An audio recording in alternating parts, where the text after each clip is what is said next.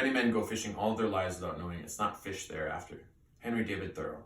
Hello, my name is Jacob, and today I'm going to be telling you a little bit about myself through an object. The object that I chose for this speech is a rod-reel combo.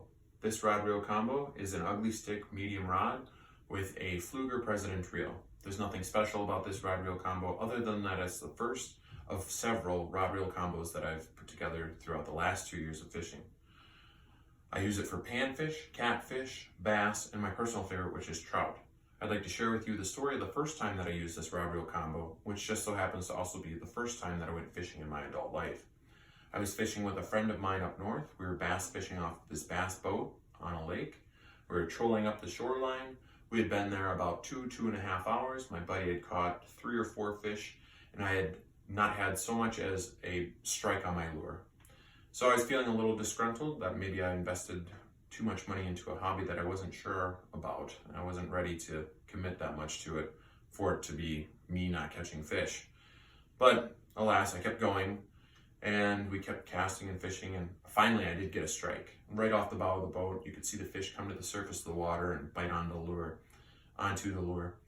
And I ended up reeling in the lure. No fish attached, but I was excited. I was ready to go. I had come that much closer to catching my first fish. So I kept casting, kept getting strikes. Eventually, a little confusion and frustration grew because these fish were biting, but the hook wasn't setting. So the hook eventually did set. It set on some seaweed, a clump of it, and I was cleaning the seaweed off my lure, and I realized that there was a little plastic piece on the barb of the hook. And it was by no coincidence that this plastic piece is there. When the lures are manufactured, they put them on there so that when people are browsing tackle, they don't accidentally hook themselves with it. So, alas, I learned my first lesson in fishing, which is always check your lures. And that first lesson I used on the second trip, where I learned something new. And I used the information from the first and second trip on the third trip. And on and on and on.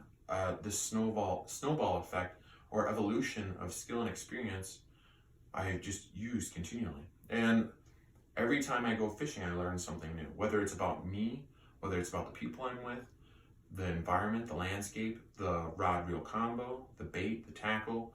I always learn something new, and that's something that draws me into these hobbies. I also woodwork, I like marksmanship, and I like working on cars.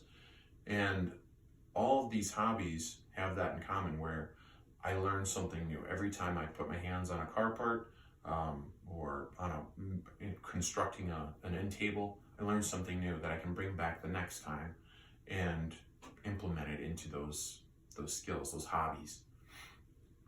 And so that's why I chose this rod-reel combo to tell you a little information about myself, because it is a little reflection of who I am as a person. I'm a jack of all trades, and every day I'm learning a new one.